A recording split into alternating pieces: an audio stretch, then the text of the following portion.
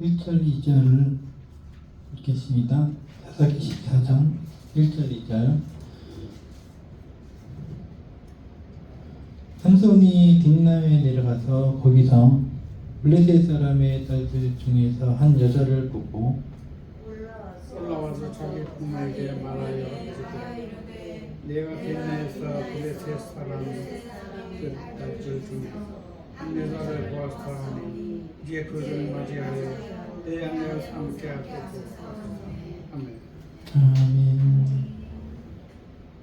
블레셋이라는 아주 강한 민족이 이스라엘을 40년 동안 억압을 했습니다. 40년이라는 그 세월은 정말 오랜 세월이죠. 하나님께서는 이스라엘을 불쌍히 여기셨습니다. 13장 1절에 보니까 그들을 40년 동안 블레셋 사람들에게 괴로움을 당하게끔 허용하신 것입니다.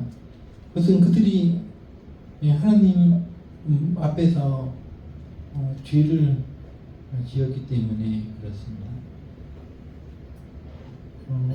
그렇다고 치더라도 40년이라는 세월 동안 이렇게 그 고통을 당한 건 너무나 긴 세월이었을 것 같습니다. 그러나 하나님께서는 삼손을 태어나기 전부터 선택하셔서 이스라엘을 구원하시기 시작했습니다. 그래서 삼손이 컸을 때 13장 25절 마지막 절에 보니까 삼손의 고향이 사실은 그 블레셋 땅과 가까이 붙어 있는 그 접경 지역입니다. 그래서 소라가 바로 그 단지파 삼손의 고향이고 에스디올은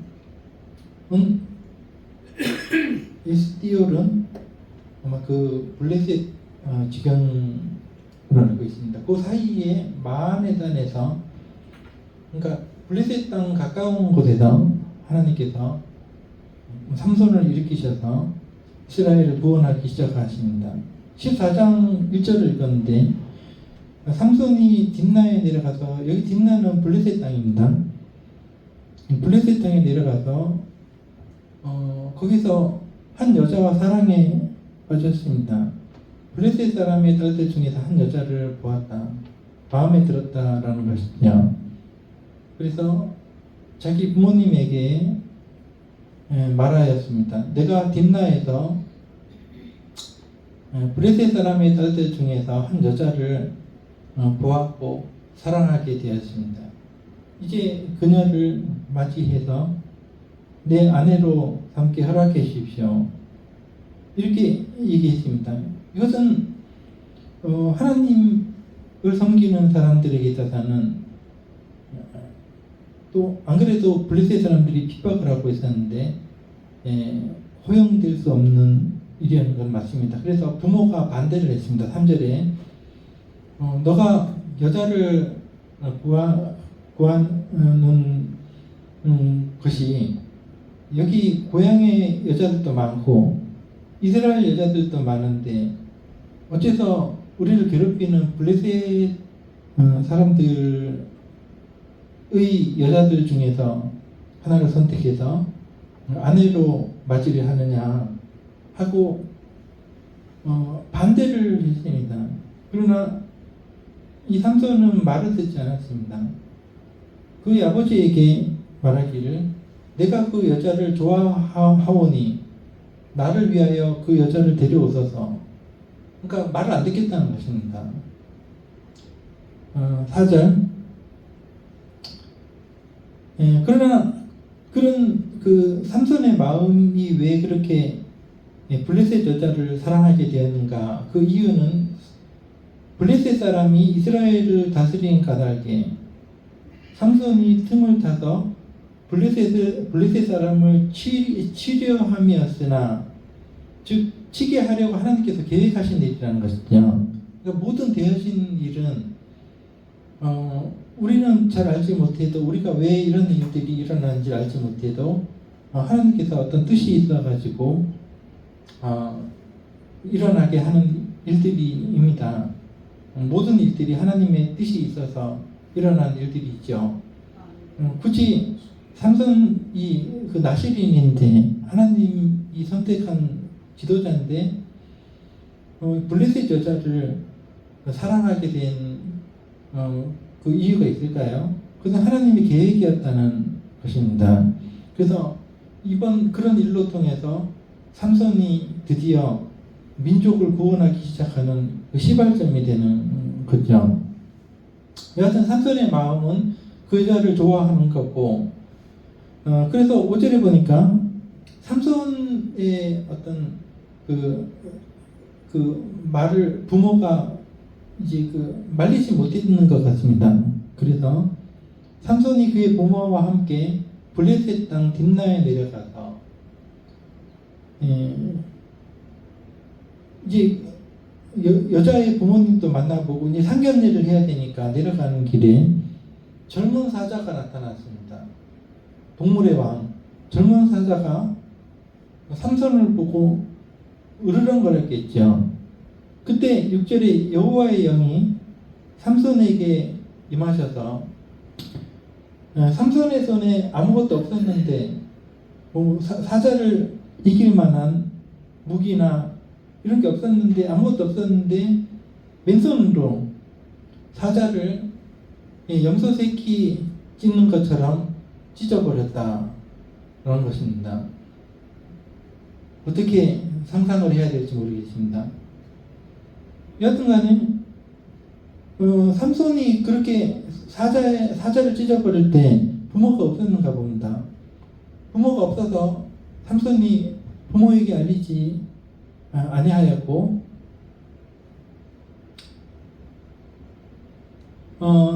7절 삼손이 내려가서 그 여자에게 청혼을 했겠죠. 나와 결혼해달라 이렇게 말했더니 그 여자도 흔쾌히 삼손이 좋았기 때문에 눈에 들었다 이렇게 7절에 기록이 되어 있습니다. 들었습니다. 그래서 결혼하기로 하고 8절 얼마 후에 삼손이 그 여자를 데리러 가는 거죠. 그 여자를 맞이하려고 다시 블레셋 땅으로 가다가 이 거리가 가깝습니다. 이 딥나와 삼손이 사는 소라 여기는 별로 5km나 7km뿐이 안 돼요. 아주 걸어서 한 1시간이면 가는 거리입니다. 그래서 삼손이 가서 여자를 데리고 오려고 가다가 길가에서 보니까 자기가 손으로 찢어 죽인 사자가 시체가 되어 있는데 그 시체에 벌들이 와가지고 벌꿀을 만들고 간 겁니다. 벌떼와 꿀이 있는지라는 것은 시체 가운데 벌들이 그 벌꿀을 만드는 그런 거를 하고 있었던 것입니다. 그래서 사실은 삼손은 나시린이기 때문에 머리도 깎지 말아야 되고 또 이제 시체를 만지면 안 된다 나시린은요. 그런데 이것 자체가 조금 잘못된 겁니다. 삼손이 죽은 그 사자의 시체 속에서 꿀을 이렇게 손으로 뽑아가지고 먹어버려야 됩니다. 이거는 좀 나시린으로서는 안 되는 일을 또 해버린 거죠. 여튼간에 손으로 사자의 사체 안에 있는 꿀을 떠서 먹고 부모님에게도 들여서 먹게 하였다.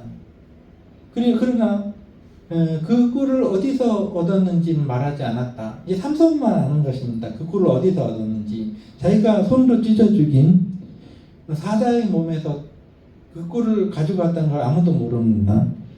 이제 10절에 보니까 삼손이 거기서 결혼 잔치를 벌였는데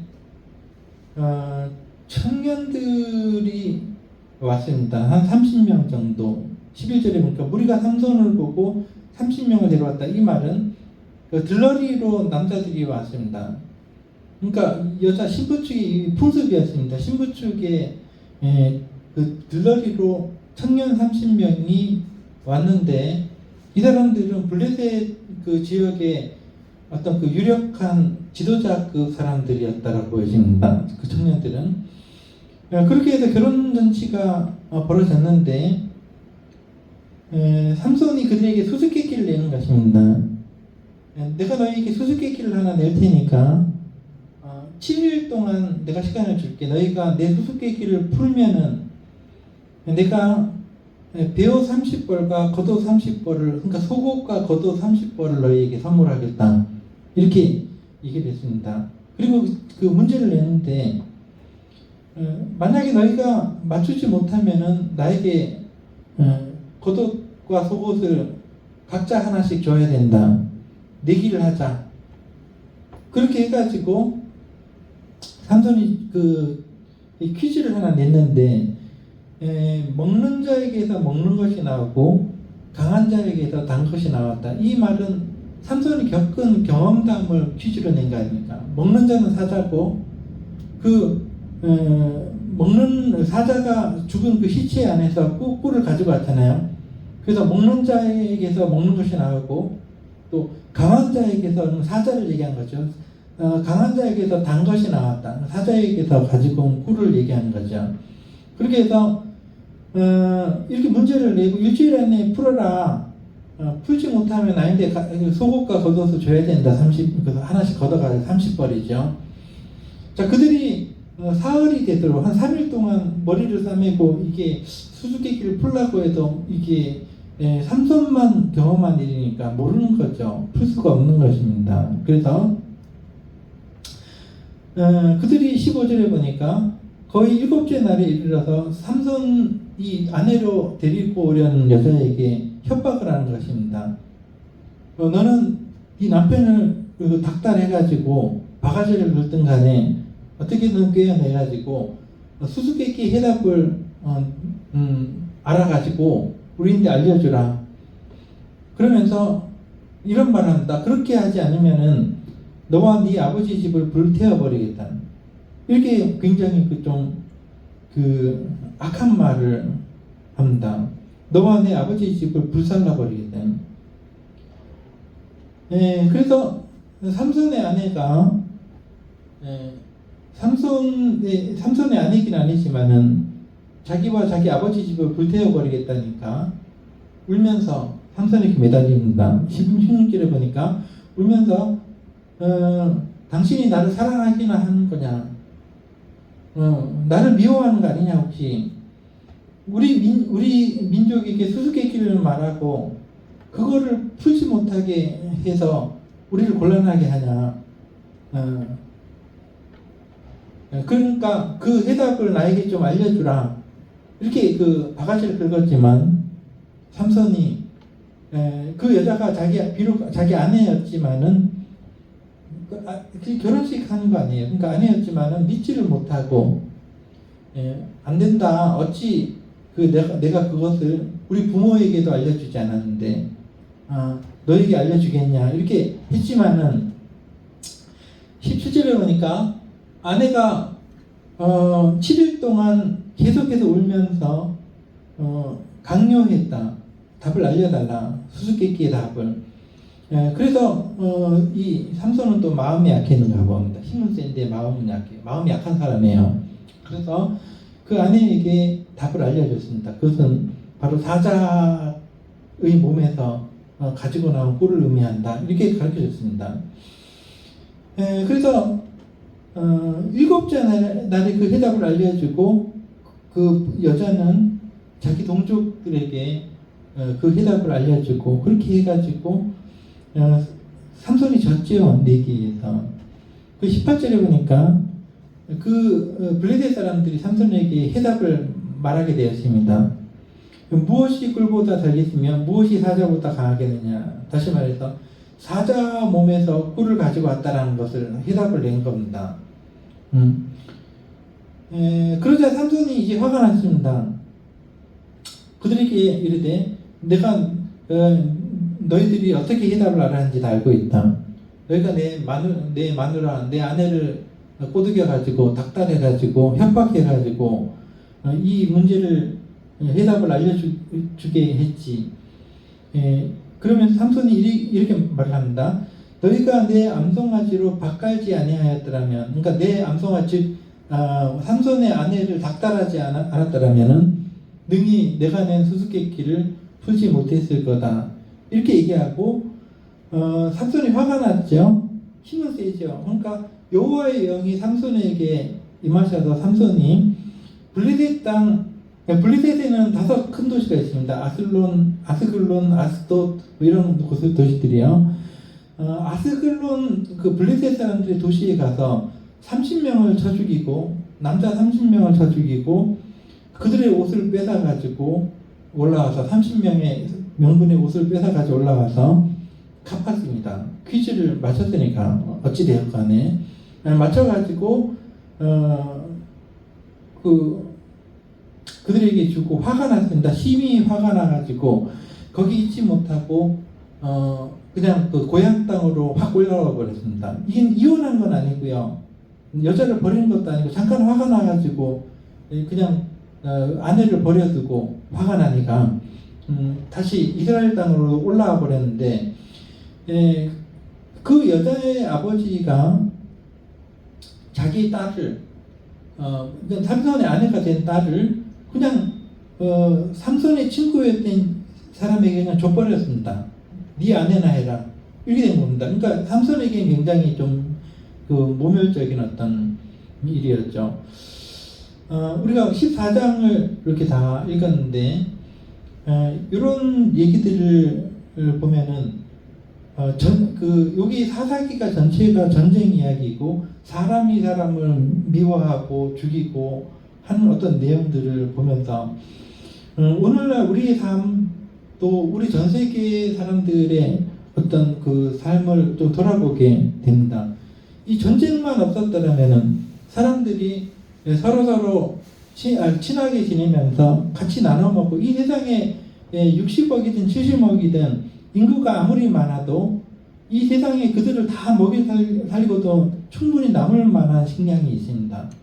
하나님께서는 태양을 통해서 이 세상 모든 사람들이 충분히 먹을 만한 식량을 주십니다. 얼마든지 이 세상 모든 사람들이 친하게 지내면은 행복하게 서로 나눠 쓰고 할 수 있는 것들이 있습니다. 근데 사람들은 서로 싸우면서 더 가지겠다고 자기 것을 안 뺏기겠다고 더 많이 가지겠다고 사람들을 전쟁을 벌여서 다른 사람들의 것을 뺏고 사람을 죽이고 이런 것이 인간이거든요. 동물에게는 이런 것이 없거든요. 동물이 복수한다라는 말을 제가 들어본 적이 없습니다. 뭐 침팬지나 뭐 이런 것들이 그 복수를 하기 위해서 온갖 계획을 짠다 이런 그 말을 들어본 적이 없고 또 퀴즈에서 졌다고 사람을 30명이나 죽였다 이런 것도 동물에게는 절대 볼 수 없는 어떤 일이거든요. 근데 인간이 사는 세상은 삼손만 그런 것이 아니라 이 삼손 이전에도 인간이 살아가는 이 세상 모든 어떤 곳에서는 서로 어찌 그리 죽이고 어찌 그리 뺏고 하는지 서로 친하게만 지내면은 전쟁도 없고 서로 나눠 먹으면서 풍족하게 지낼 수 있을 텐데 분배가 안 돼요. 사람들의 욕심 때문에 충분히 먹을 것이 있는데도 분배하지 않습니다. 가진 사람들은 안 뺏기려고 그러고 더 가지려고 하고 그러니까 그런 것들을 보면서 이게 이 세상이 지옥이구나라는 생각을 가지게 됩니다. 삼손이 우리가 삼손 편을 드는 게 아닙니다. 이 사람이 겉옷 30벌, 속옷 30벌 때문에 블레셋 사람 30명을 죽인 거예요. 그리고 그 옷을 벗겨 가져와가지고 퀴즈에 답을 한 사람들에게 준 거죠. 이런 것들을 보면서 오늘 우리가 사는 이 세상은 정말로 평화롭지 않구나라는 그런 생각이 듭니다. 우리는 항상 안녕하십니까? 샬롬, 평화롭습니까? 이렇게 질문하지만 평화는 없습니다. 이 세상에. 이 세상에 사는 사람들은 다 타락했습니다. 악합니다. 그래서 내가 충분히 먹을 것이 있는데도 거기에 만족하지 않아요. 오늘 내가 먹을 것이 있는데도 항상 부족한 것처럼 얘기하지만 사실은 아프리카나 아프가니스탄, 네팔, 이렇게 북한 이런 전 세계의 많은 지역에서 지금 먹을 것이 없어서 굶어 죽는 사람들, 또 전쟁 때문에 그 욕심 많은 정치가들의 전쟁 때문에 전쟁통에 총 맞아 죽고 폭탄 맞아 죽고 하는 사람들이 우리가 지금 한국 땅에 이렇게 그냥 우리는 잘 살고 있기 때문에 그들 신경 쓰지 않지만은 잘만 살펴보면 얼마나 많은 사람들이 지금도 이 세상에서 고통당하고 서로 죽이고 죽으면서 그렇게 하는지 우리는 조금만 신경 쓰면 알 수 있습니다. 우리는 이제 우리 나름대로 이 안에서 대한민국 안에서 서로 싸운다고 남의 그것까지는 뭐 쳐다보지 않고 우리끼리 막 싸우는 거예요. 우리도 전 세계 그 가난한 지역의 사람들에 비하면 우리나라에서 정말 못 사는 사람들도 거기에 비하면 아주 잘 사는 겁니다. 먹을 것이 없나요, 정말?